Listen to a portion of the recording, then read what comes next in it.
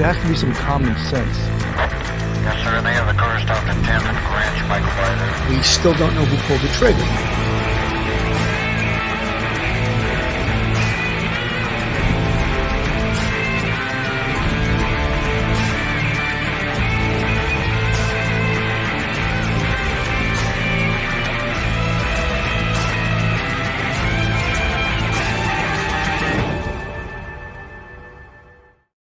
Hello, everyone, and welcome to Police Off the Cuff, Real Crime Stories.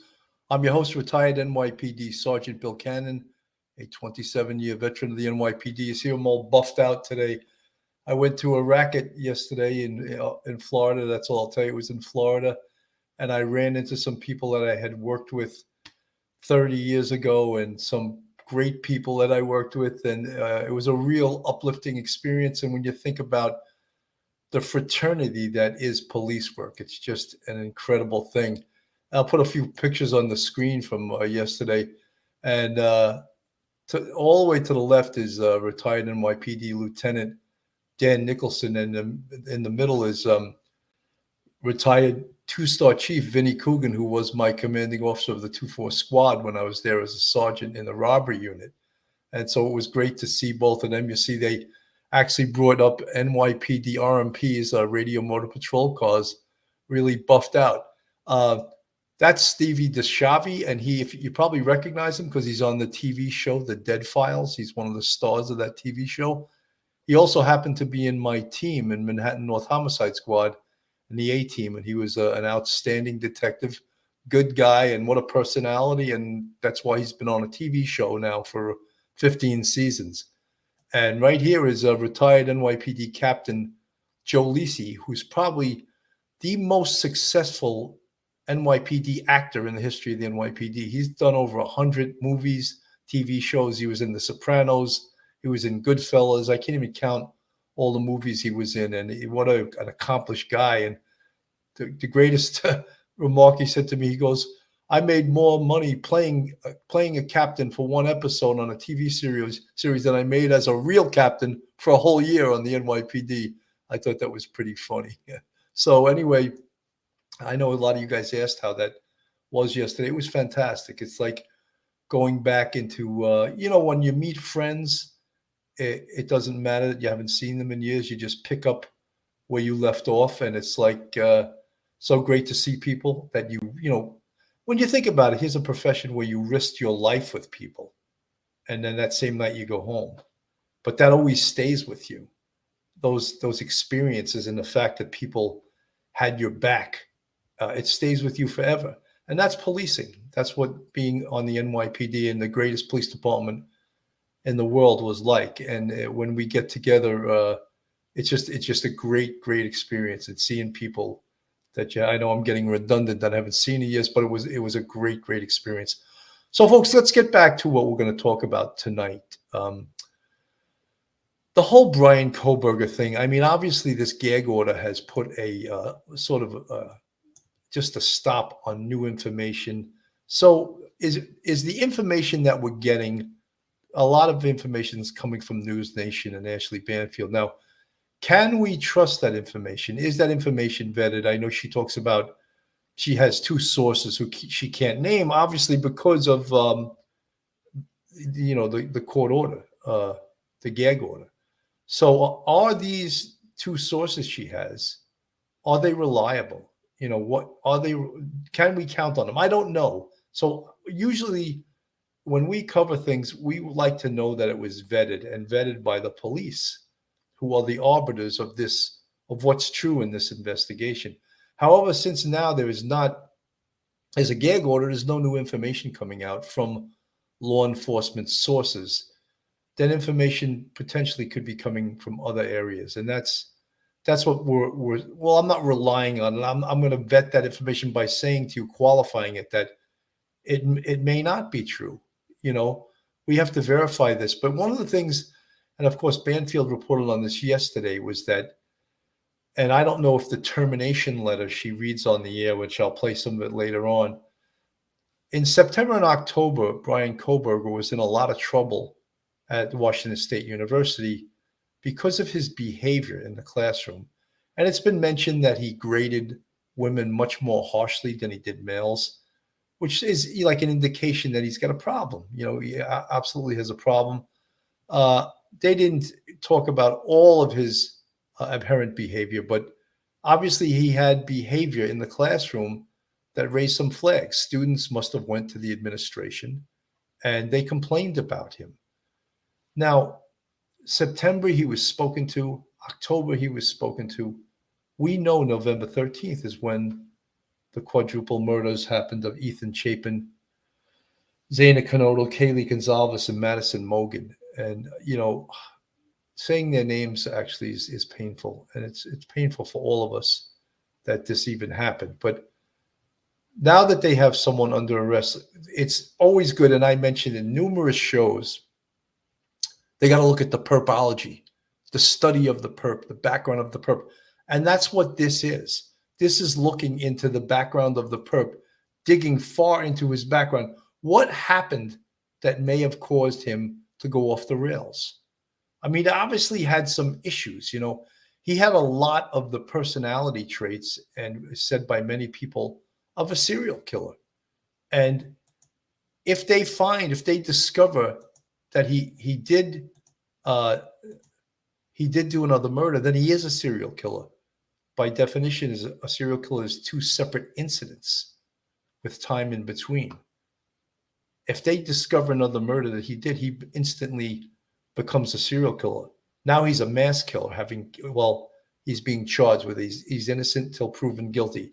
He's being charged with being a mass killer for the fact that he murdered 4 people at once if he is convicted of that crime. I'm going to play a little bit of Ashley Banfield from last night. And now we have to see if this is vetted, whether it's in fact true or not, or I don't know if we can confirm this right now, but this is what Ashley Banfield spoke about last night on her show. Had a propensity for bloody up close murder, and that has not yet been proved. He still may have needed like a trigger, something to set him off, like maybe a personal crisis, maybe a loss, something that might have made him lash out. Maybe like losing a job, like losing his job as a teaching assistant at Washington State University. And then with that, losing your funding for the doctoral studies program you're in the school, because it appears right now that that's what happened. We now have sources with direct knowledge of the termination letter that was sent to Bryan Kohberger. And tonight I want to read the letter to you in full. The letter is dated December the 19th, 2022. Starts this way.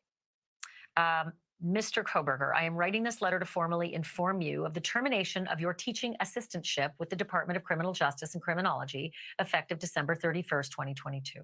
In keeping with the WSU Graduate Student Handbook, chapters 9G2, remember that, and 12E3, remember that, below is the list of events that led to you being deficient on the following contingency clause of your funding. Quote, maintaining satisfactory progress in fulfilling assistantship service requirements and duties. On September 23rd, 2022, you had an altercation with the faculty you support as a TA, Professor Snyder. I met with you on October 3rd to discuss norms of professional behavior. On October 21st, Professor Snyder emailed you about the ways in which you had failed to meet your expectations as a TA thus far in the semester. As a result, on November 2, Graduate Director Willits and I met with you to discuss an improvement plan, which you agreed to, and I shared with you in an email dated November 3rd. We met again December 7th, this time with a professor.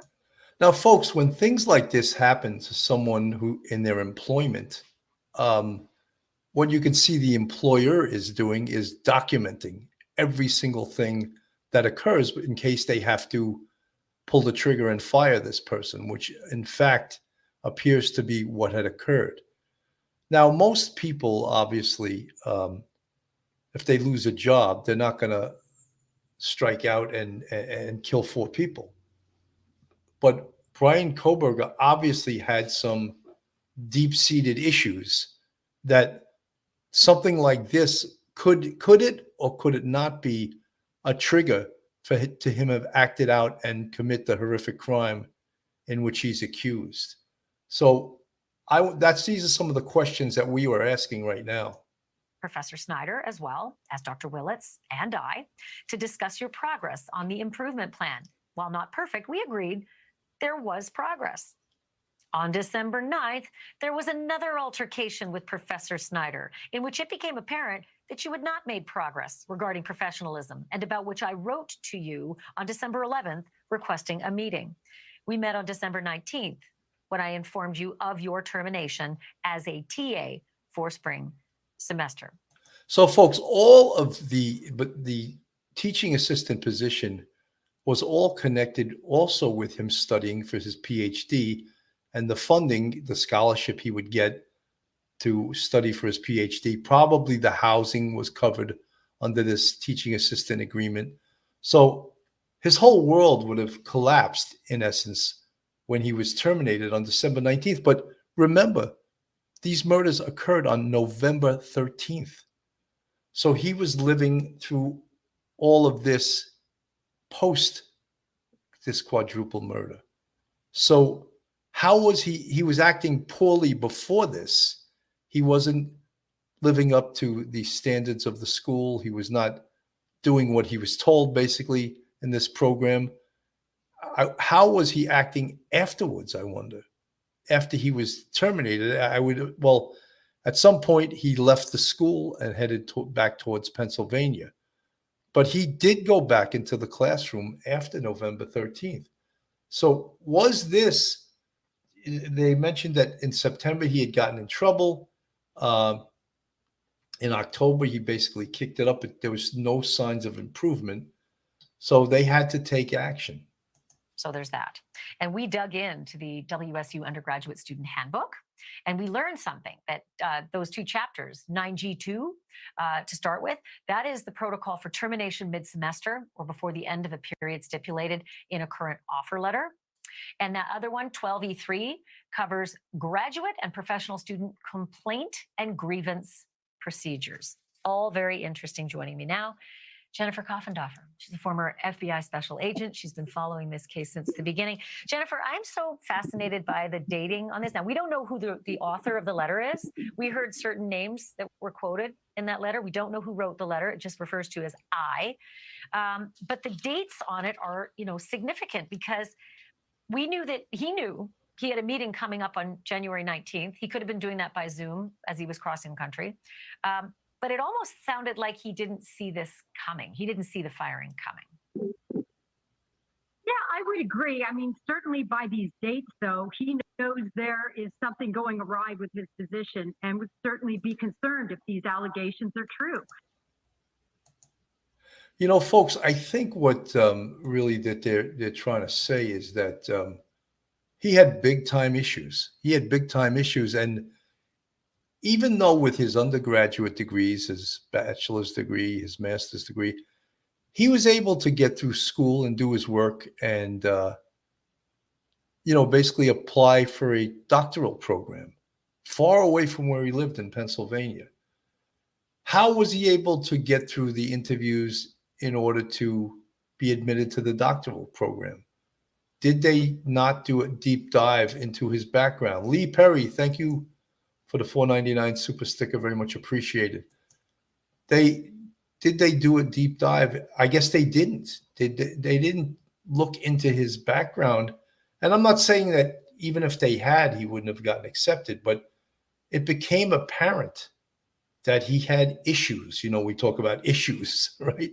It became apparent that he definitely had issues, and he showed some behavior that was really abnormal. And, one of the things about teaching, and I taught college for 10 and a half years, you're on stage every single day and you have, 20, 25, 30 kids in your class, and each and every one of them you're teaching directly to.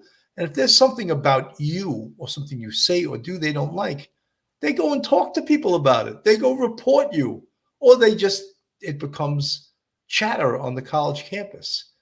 So if you're not living up to snuff, or, I had a reputation of the kids liked me because they were like, oh, he's funny. That's the funny professor who's the homicide sergeant. And that was who I was. And it was like not Professor Cannon, it was Cannon, you know. And I just thought that was funny when they called me Cannon in the hallway. Hey, Cannon, how you doing? You know, but that's teaching, you know, college teaching. And like you're teaching young adults. They're kids. We think of them as kids, but they're young adults, right? And some of them are working and some of them have a lot of pressures in their life too. And they don't need the extra pressure, say, of being treated unfairly. For example, the females in his classes, they complained that they were being treated unfairly by Bryan Kohberger in the grading end. And, you know, that's something that, you know, is not tolerable on a college campus. You know, think about him being more harsh to the female students than the male students. I don't think that would fly for very long, you know. And so how long did it take for the administration to find this out, that his behavior in the classroom was not up to par, that it wasn't acceptable to many of the students? How long did that take? How many students do you think went to the administration to complain about Bryan Kohberger and said that, you know, he's not treating us fairly? And how long did the wheels go into motion where it took to terminate him as a TA, as a teaching assistant? You know, that we can't totally vet that right now because we don't know. These sources that Banfield has are sources close to the investigation, because if they were named, they could be arrested for contempt of court if they really are police or someone that are actually working on the investigation. Because the judge gave an order that no one talk about the case. So whoever these two sources are defying that order. And if they are caught, they could actually be arrested for contempt of court, for disobeying the judge's order. You know, another thing about this case is that many people say, and a lot of behavioral analysis the other night on Duty Ron's Dr. Joni Johnston was on, who I have the utmost respect for. Not only is she's really not a behavioral analysis, she's a forensic psychologist, which you know, has a lot more background and education than most behavioral analysts that take a course. For example, FBI agents take a course at Quantico, Virginia. But Dr. Joni Johnston is a forensic psychologist.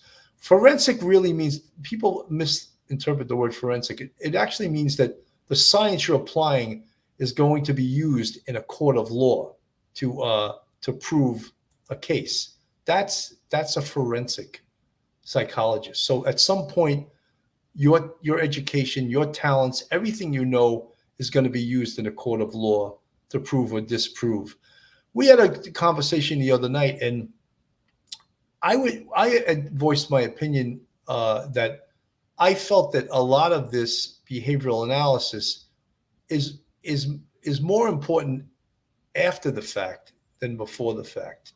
Many folks talked about, before Bryan Kohberger was arrested and charged with this crime, many people talked about who was the Idaho killer. Who was he? And there were many different opinions of who he was. How old was he? Was he a male? Was he a female? Was this personal? Did he know the victims? All of these things were put into that, you know, the behavioral analysis bag of tricks, and many of them commented on who they thought and what it meant, what each stab wound meant, the fact that he killed, that they thought that he killed Kaylee Gonsalves and Madison Mogan first on the 3rd floor, and were they targeted? All of those things were part of the behavioral analysis that was talked about by many different behavioral analysis. One of the best ones was a guy named McClary, and he spoke about how, you know, when you talk about behavioral analysis, you can't talk about absolutes. Certain things could mean certain things, but it also could not mean that. And I thought he had the best analysis of almost any of them. Anyway, I want to play this Ashley Banfield also interviewed the other night a PhD, and he spoke about, he wrote a book about serial killers, why we love serial killers. And I don't think love and serial killers belongs in the same sentence, but I understand what he means. What he meant really is why are people fascinated with serial killers? I think that's what his book should have been titled, more than Why Do We Love. Anyway, with that said, I'm going to play some of this interview. He's a criminologist, a professor. He's the author of the best-selling book, Why We Love Serial Killers, The Curious Appeal of the World's Most Savage Murderers. Dr. Bond, you probably just heard the breaking news that we just reported on all of these conflagrations that Bryan Kohberger seemed to have been having with his professors, with his students, and with other people among the staff, to the point where he was cut loose. He was fired from Washington State University from his teaching job. I just wanted to get your initial reactions to sort of that behavioral profile as you look at then now what he's accused of. Well, absolutely. And first of all, thank you for having me on this evening. And I wanted to say, I was thinking about this myself. I was a TA. When I was getting my PhD at the University of Miami, I was a TA, and that TA position was tied to my funding, my assistantship that paid for my entire education. So that is not something you want to lose. See, folks, basically what he's talking about is Bryan Kohberger, like all teachers' assistants that are going for their PhD. You know, if you're going for your PhD, he's 28 years old. Most of them don't have any money. So the money that you're receiving, to teach, probably a stipend, your tuition is being taken care of in full. And for the most part, you're getting housing. So if this is true, that in fact, Bryan Kohberger was fired from that position, it is a big deal. But would it be something that a normal person would act out upon and kill 4 people over? I don't think so. But then again, we're not dealing with a normal person here. But that's what they're looking at now. Was this something that just made him freak out? Is this something that made him act out? You do not want to risk losing something like that. And the fact that it escalated so quickly and that he was terminated in his first semester there would suggest to me that his behavior really was egregious, that it was something that had become a big problem for the department and the university. And I wanted to just give that as a little bit of background. But to the extent that that this letter, which I don't believe the letter has been completely authenticated yet, but if it is in fact true and the timeline is true, then this is something that could have absolutely contributed to him reaching a tipping point in his rage and anger and leading him to strike out in this terrible murder situation.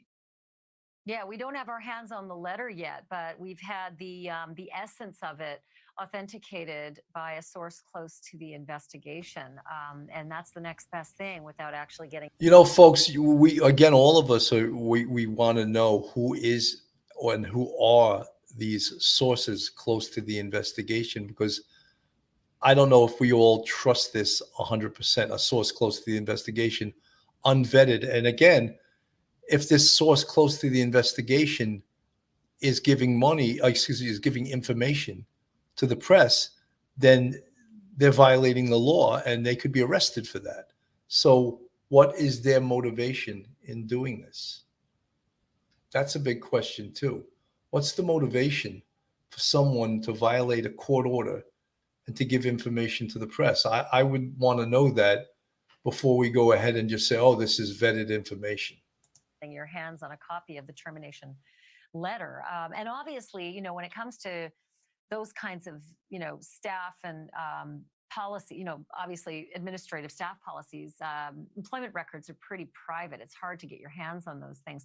But I'm curious about, yeah, you know, I was so curious when you said that for you, the teaching assistant job was tied to the actual program. And I'm guessing that that's not a far stretch to suggest the accommodations that were on campus as well might have been part of that too. So there could have been a lot of stress.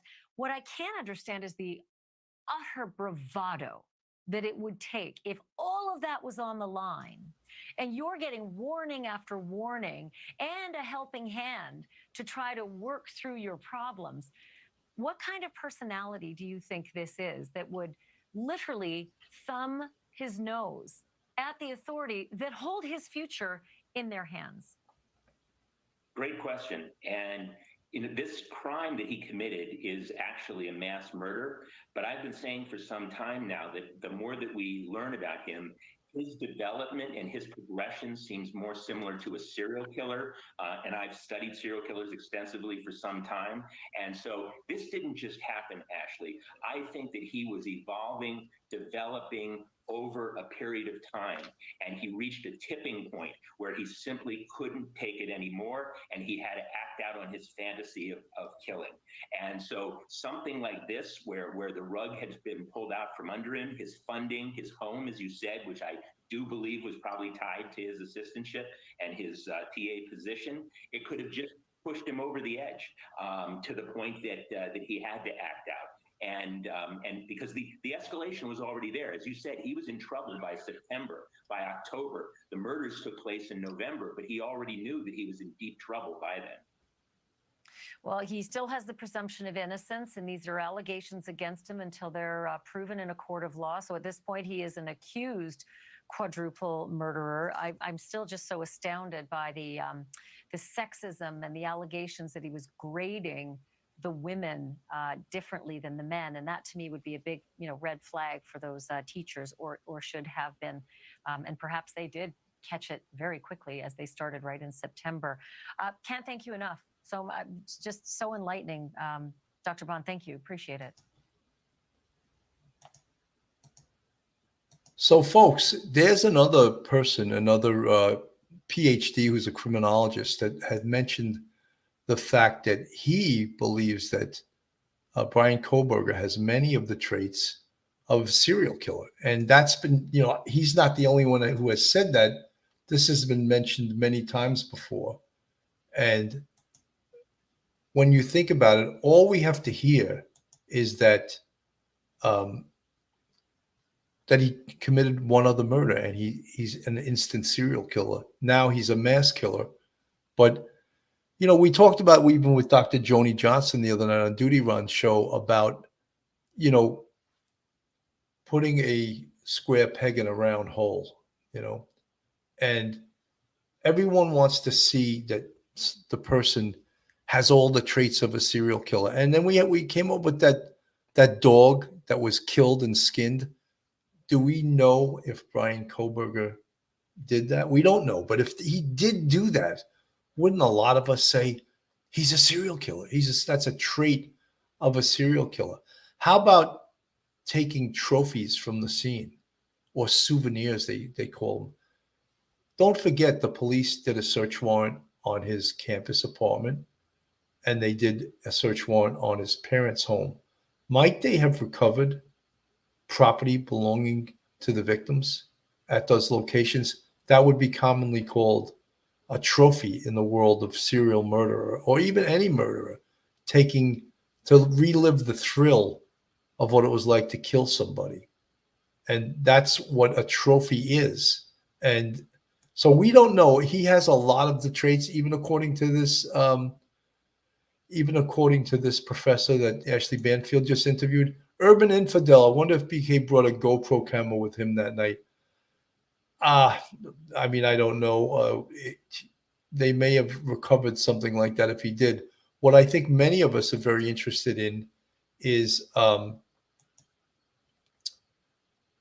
did he take anything from the scenes, and what did the police recover in some of these warrants? Another big thing I was saying is, what was on his computer? That is a treasure trove of information.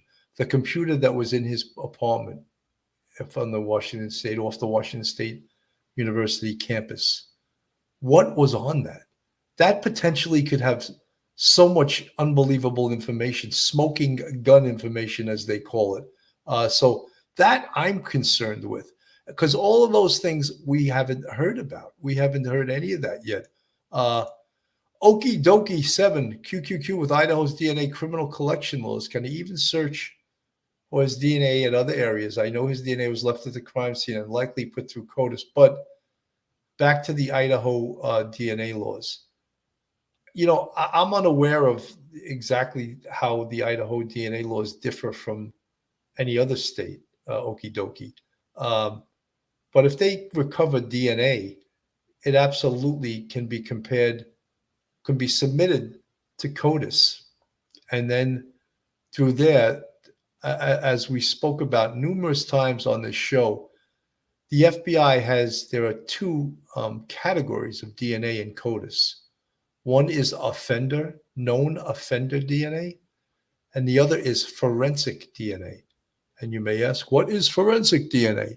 Forensic DNA is DNA that comes from crime scenes where the perpetrator is unidentified.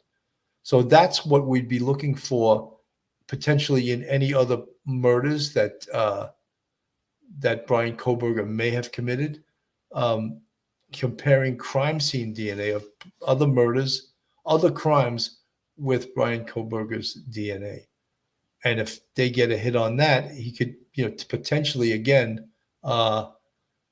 be an instant serial killer. Pauline Robb, he definitely left his own trophy at the crime scene, the sheath. Pauline, good point, but I don't think he meant to do that.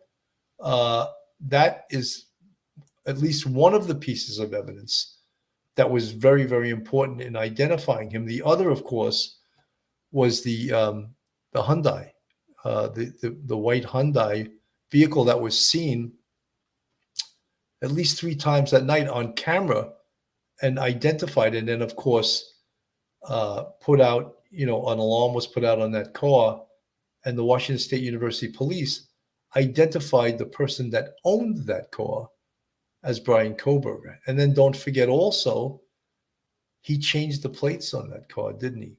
He changed the plates to Pennsylvania plates. And Pennsylvania is not required to have a front license plate. That's something I think should be standardized throughout the United States. I believe every vehicle should have to have a front and rear plate.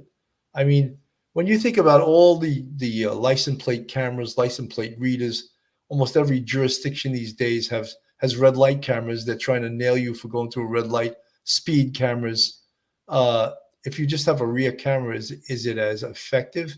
And I mean, that's not the only reason I think each car should have a front and rear plate. I think it's very important that cars to be able to identify the car, that it has a front and rear plate. Folks, this is Police Off the Cuff, real crime stories. If you like real crime from a police perspective, then please join us.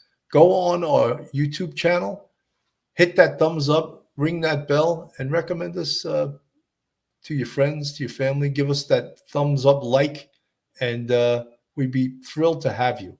We also have a Patreon with 3 different levels, and we have a YouTube channel membership with 5 different levels. And you can see the folks in the chat with the green font. They're part of our YouTube channel membership, and we really appreciate our friends, our fans, our subscribers, and they support us to a great deal. And I'm proud of the fact that after like two and a half years on YouTube, maybe a little more than 2, we hit 45,000 subscribers.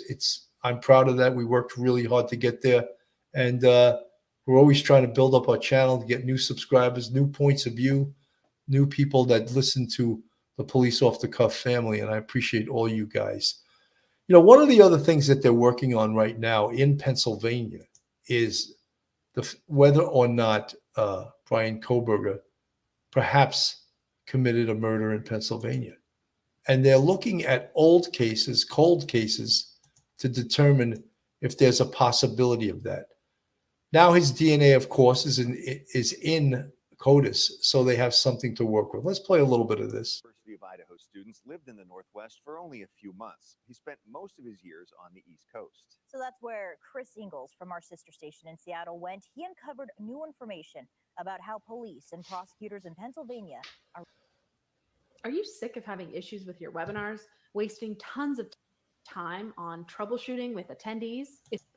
Responding to the case. Sorry, guys, about that ad. In eastern Pennsylvania, Bryan Kohberger spent his teenage years and most of his adult life here. That includes stints at 2 local colleges, including DeSales. Now, police and prosecutors in this area want to know what he was up to all those years and are digging into their cold case files.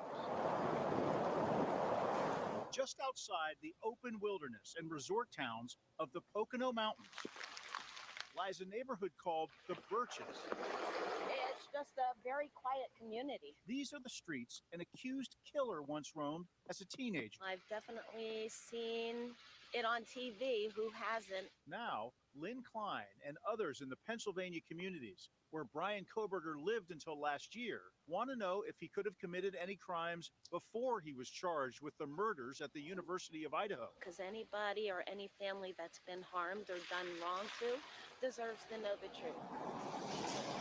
It isn't just citizens. Police and prosecutors have asked the same question. Your natural reaction is to start wondering, okay, is this guy wanted?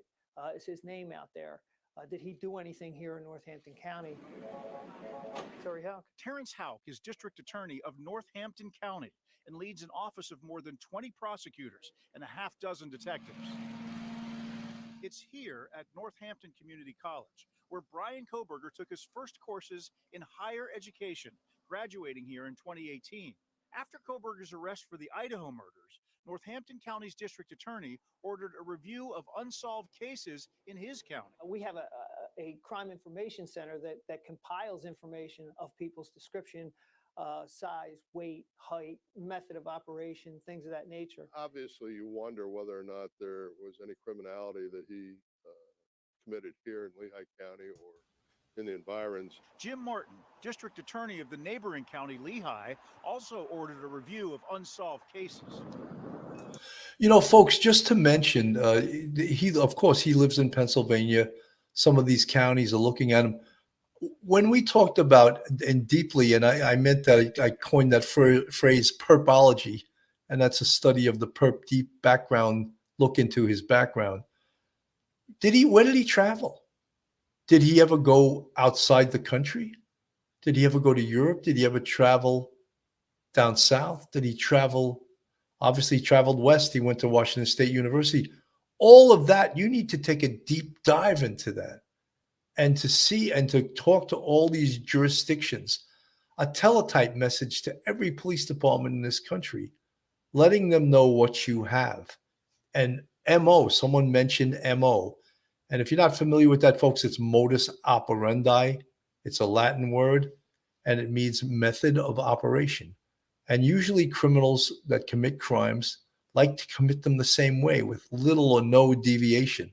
They do deviate, but MO is a very strong thing that links cases together. So all of that is something to think about. And then there's other things called signature, method of operation, signature. Signature could be the way the person gets into or leaves his calling card. In this case, someone mentioned that could him leaving the sheath have been like a trophy he left behind? Well, if he's committed other murders and that's his signature that he leaves the sheath there, but in this case, the sheath was something that got him identified, through his father's DNA, familial DNA, genetic genealogical DNA, which was able to zero in on Bryan Kohberger. So all of these things, the investigators need to take a deep, deep dive into this. And we talk about Purpology. What is Purpology? Well, it's looking into the background, but more than that, what is the person's alcohol habits, drug habits, sexual habits? Does the person own a car? Yes, we know they do. Where does the person live? Who are the person's friends? Who are the person's friends' friends? How about the perpetrator's family? Who are the family members? What are the family members' criminal histories? What are their work histories? What is the perpetrator? What are his computer habits? Is he a video game? I mean, there's 100 different variables. And they used to call it mind mapping. And now it can pretty much be done almost exclusively by a computer. You can search all of these things. And it's very, very helpful to look deep into that. But a computer's not going to know the things unless you input it into there. Where has he been in his life? Where does he travel to? Does he travel? Maybe he has no history really of traveling. But all of these things are part of the Purpology, as I call it. And I'm sure it's called suspect profiling or perpetrator profiling now. Lehigh County is home to DeSales University, which Kohberger attended after Northampton Community College. He spent 4 years here studying criminal justice. Bryan Kohberger. Earning a master's degree last summer. What does law enforcement do given that he did spend time? Well, we have a resource here called the Regional Intelligence and Investigation Center. It's the first thing I did was I asked the director of the RIC, as we call it, to see if we had any contact with Mr. Kohberger. A data search of more than 6 million police incident reports in Pennsylvania turned up only one record with Kohberger's name. He called police from this bike trail one night to report that his car was locked behind a park gate. There was a response with him thanking the police and apologizing for the inconvenience. The district attorney in Monroe County, Pennsylvania, where Kohberger grew up and where a SWAT team arrested him on December 30th, did not respond to our questions.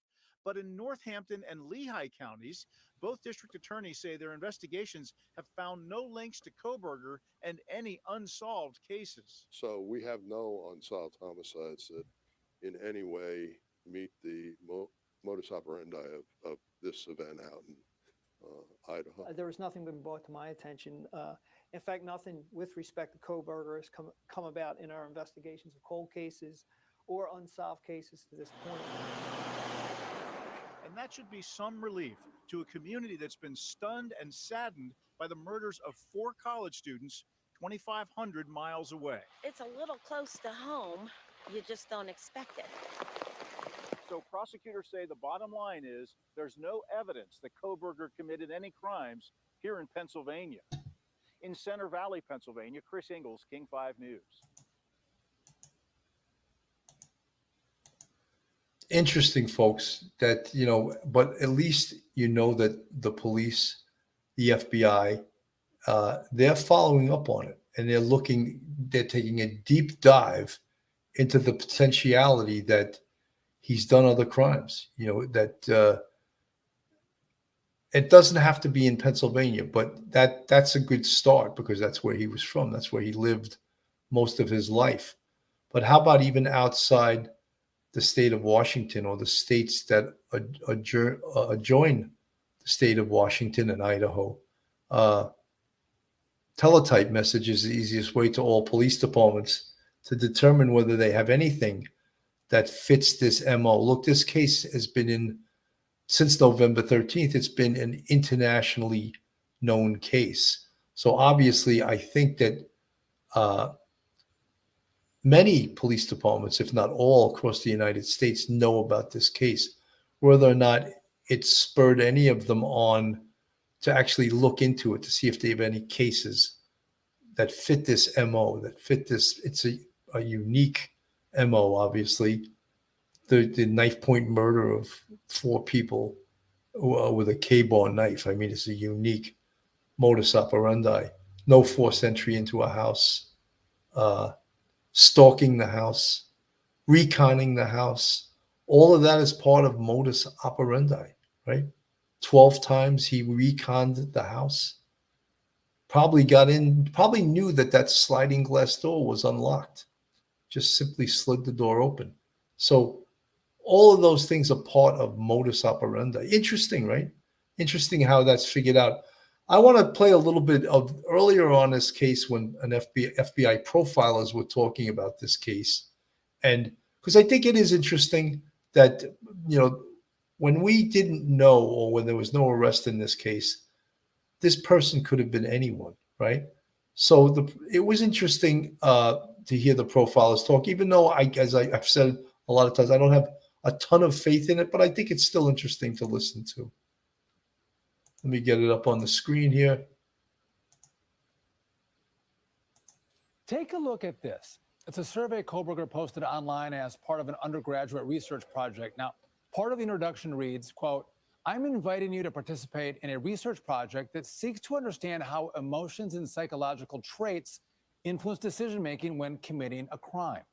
The survey was aimed at criminals. Now, listen to some of these questions he was asking. Quote, "Why did you choose the victim or target over others? Did you prepare for the crime before leaving your home? What was the first move you made in order to accomplish your goal?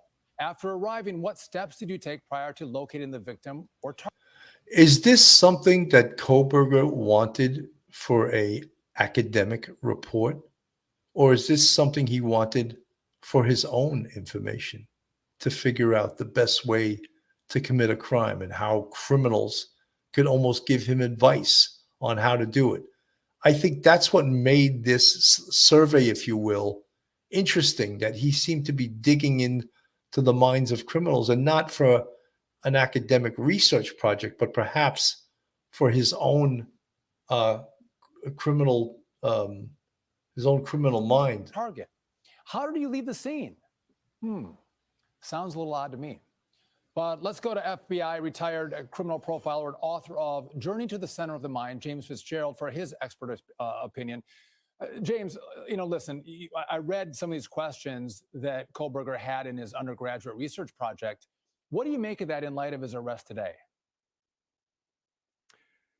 Sean, as soon as I heard those questions or read them earlier, it reminded me of the protocol of like 400 questions that we had back in the day as new profilers. When we would go through our intensive training in Quantico, Virginia, within a year or so, we'd go out to the prisons and interview serial offenders and violent offenders. They're convicted, they're not going anywhere, there's no deals offered. And we would ask them about 400 questions about how they committed crimes, why they committed crimes, why they chose certain victims, why they didn't choose other victims. And you know what? The questions I've seen so far in our subjects, the questions that he had prepared for his master's thesis, very similar to those. So this guy obviously is intelligent. This guy has obviously done his research, and he wanted to get inside the mind of these people.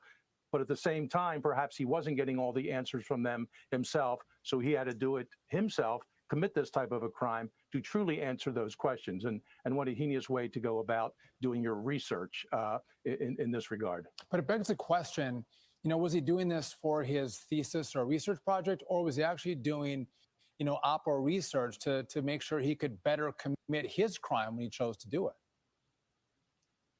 Sure, and many criminals, Kaczynski, the DC sniper, the anthrax guy, they all claim to have these over-the-top sort of rationales and reasons for doing it once they're caught. But quite frankly, they have violent ideations, many of them mental health issues, and they want to sort of form an excuse for why they go out and commit crimes, be it a one-off like this guy, killing 4 people at once, or being a serial offender that goes on for weeks or months or decades in the case of some of them. So this guy wanted to kill someone, I am sure about that. And once he got more in the world of this whole criminal justice studies and how these prisoners think and operate, he somehow thought he could be one of them. But you know what? He thought he would be smarter. And you know what, Sean, it reminds me from 99 years ago, before my time, but I'm certainly familiar with the history of the Leopold and Loeb case in Chicago. They were a couple of college students, thought they were smarter than law enforcement, and they went and kidnapped and killed a 14-year-old boy. There was a movie called Rope made in 1948, a Hitchcock movie, which captures that. The methodology is different, of course, but I think part of what this guy is someone who thinks he's smarter than the rest of us, certainly law enforcement, and that may be at least one of the factors which contributed to him committing this crime. James, over the last 7 weeks, we've had a lot of people on TV, all networks, criminal profilers, psychological profilers of what this killer would look like. We don't know a whole lot about Kohberger, but from what you've seen, would he match the profile of someone who would commit a crime like this? Well, Sean, I was here 5 weeks ago tonight, this exact show, just about this exact time, and I laid out 3 potential scenarios of this person. And it was someone known by the victims, directly, indirectly. Maybe he knew them more than they knew him. It could be someone involved in incel, involuntary celibacy, or some kind of a sexual sadist. A few of those can actually be, they're not mutually exclusive. They can be, people can operate under 2 or even 3 of those conditions when committing these crimes. Throw in this fascination with real world crime and the prisoners and the inmates and this questionnaire he put out. This fascination level was so high for him, just doing the research on his own wasn't enough. he had to go and involve himself directly in these crimes. He didn't choose shoplifting, unfortunately. He chose mass murder of 5 innocent people while they slept. Yeah, so sad. James Fitzpatrick, thanks for joining me. He was one of the really better profilers that I watched since November 13th. This occurred. You know what? Sometimes what bothers me when I listen to a lot or even read all the chat, when people act as if, oh, he wasn't a good killer. He should have known how to get away. I mean, that bothers me. Like, what do you mean? Like, is there a good killer? Someone that knows how to kill and thwart the investigation and not leave evidence behind? Is that what a good killer is? Does that person exist that's going to kill someone and studied so well? Like, you know, people are talking about, how did he not leave evidence behind? Well, we don't know if he in fact left evidence behind or not, because we don't have all the police evidence. But we know for a fact that he left that sheath, and that had his, when they did the DNA, his father's DNA matched that 99.88888 or something like that. And that's how they came up with Bryan Kohberger with genetic genealogical DNA. And then they progressed to getting his DNA was compared against that. Now, there's ways defense attorneys say, oh, we can explain that away. They can explain that sheath that was left there away. But can they explain if there was blood evidence left on the scene? Can they explain that away? I don't think so. I don't think they can explain that. And the other thing is, like, when they look at him as if they look at him as this heroic serial killer, like that, the professor that wrote Why Do People Love Serial Killers? And I don't think that's the proper word to use. I think the word is that there's a fascination with serial killers. And, you know, Duty Ron, myself, Phil Grimaldi, Mike Geary, we all like to get the focus back after we've covered this horrific crime, get the focus back on Ethan Chapin, Zaina Canolo, Kaylee Gonzalez, and Madison Mogan. Those are the real victims, two 20-year-olds and two 21-year-old college kids, you know? And really, when you go to college, you're a kid. You really are. I mean, when do you really become an adult? I guess legally 21, but you're still really a kid. You haven't experienced life. And, you know, I think you still really need your parents' guidance at that age. I really believe that. I really think you do. And I know my kids did. My kids they still need guidance, you know, when they're 28 and one's going to be 31 next month. And they still go to their mom and dad for guidance. And I think all you guys out in chat world, in our chat that are parents, you know what I'm talking about. You know, your kids always, are people that are older wiser? You hope to think so. Most, you know, but not everyone is wise. Not everyone will ever become wise. But I take pride in that my kids do come to me and they come to my wife for advice. And that's good that they have parents that they can go to and they have parents that they can confide in. So, I mean, I'm just drawing a picture of really who the 4 Idaho victims are. And it's just a horrific case. Jennifer, where they mess up is most don't stop at just one. They keep going. I think it took BTK 30 years to get caught. I had never heard of him until BK Ted Bundy went a while. It's just most don't stop at one. Well, Jennifer, I think that in this day and age, because of technology, and because of DNA, that serial killers are actually very, very rare now. Thank God they're very rare, because they usually don't make it to their second murder. They get caught early on because of technology. You know, one of the biggest pieces of technology, and many people would argue, oh, it's against our civil liberties, are video cameras. Look how video cameras came into play in this investigation, right? tremendously came into play. The vehicle, the white Hyundai, was caught on the video camera on the house, pulling into the back parking lot, casing the location, right? On those ring cameras. Those ring cameras are fantastic. They're all over the world now, and people argue, oh, it's against our civil liberties. Well, if you're a homeowner, you want to have a ring camera, it's your business. And who it catches on it, if someone's doing bad things and they come onto your property, they don't have rights to come onto your property and do bad things, right? So that's another reason. Video is all over the place, all over the world. Other technology like Easy Pass, license plate readers, red light cameras, speed cameras, cameras in commercial locations. All of these things came into play during this investigation, right?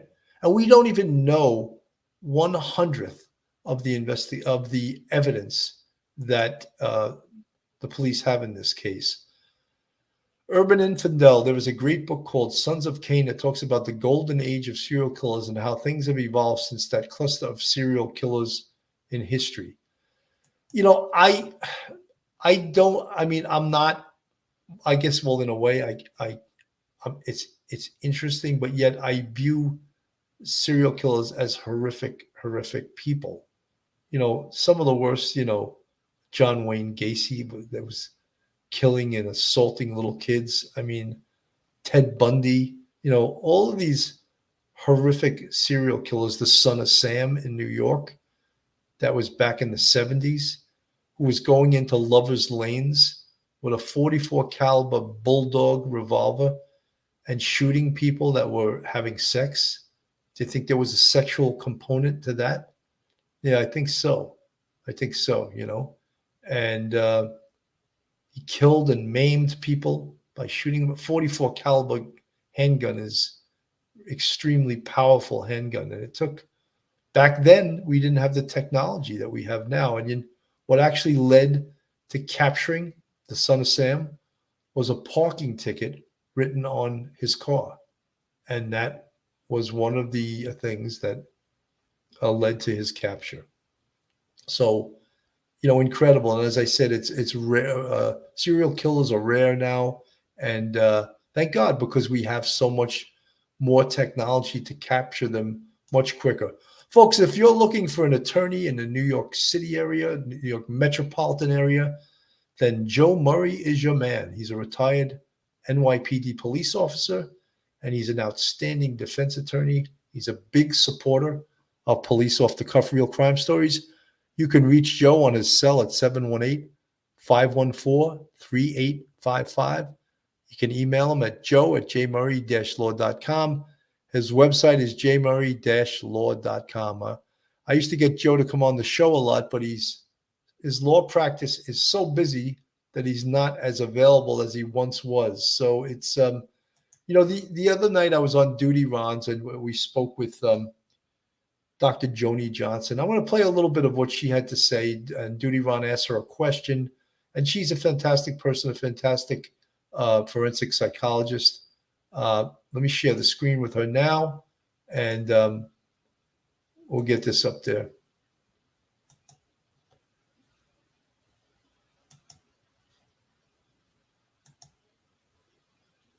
Generated user audience generated question. If the defense was to get a forensic psychologist on their side to come in and testify, what would be some of the angles that they would look at based on what we know publicly available about Bryan Kohberger? What would a forensic psychologist bring up in a defense for this guy?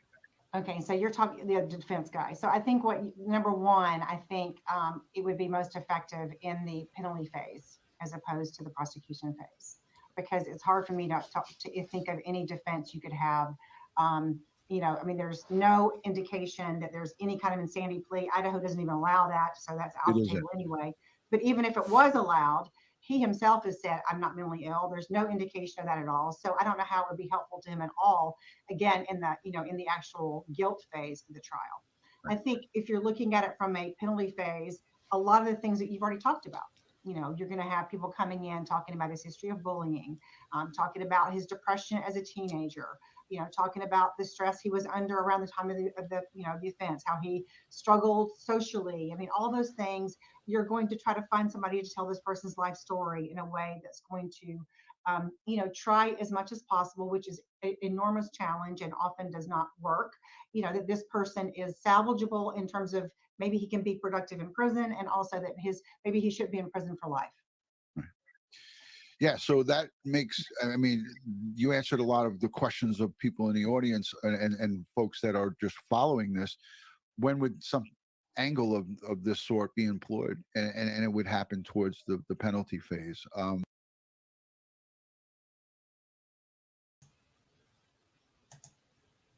See, folks, that question came out of, I think, me making a comment about that. I don't think profiling really helps that much in the hunt for the perpetrator. I think it's more, and especially in this case, if they did bring in a profiler or a behavioral analyst, I think it would be brought in by the defense and not the prosecution, because how would that help the prosecution? But surely it might help the defense in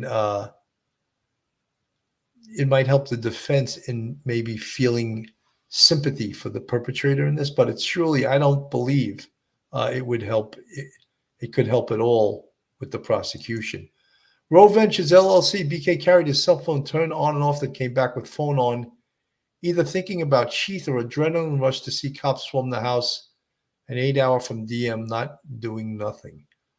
Well, Roe Ventures, you're correct. But isn't that in itself evidence of, as Mike Geary says all the time, consciousness of guilt? He's turning off his phone when he's going to commit the crime. And then when he leaves the crime, he still has the phone off. At some point, hours later, he turns his phone back on. Then he goes back to the location, his phone is on. So is that not a consciousness of guilt?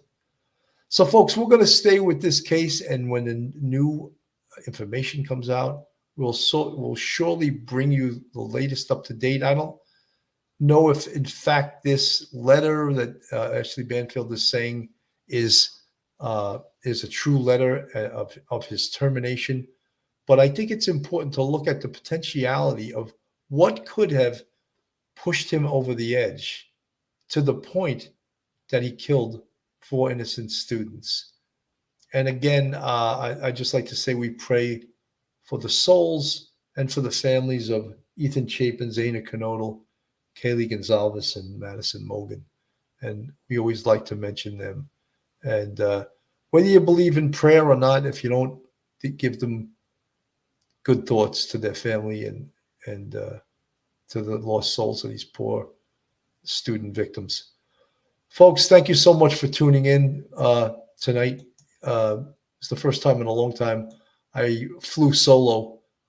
Neither one of my compadres was available this evening, so I thought I would come out with my new NYPD hat. You guys like the new hat and my NYPD shirt. I'm looking really, really buffy. They call it, if you wear police attire, you're a buff. You're a police buff. And okay, that represents me. So I'll embrace that. So, folks, again, thank you so much. Have a great night, and I'll see you very soon. One episode just ain't enough.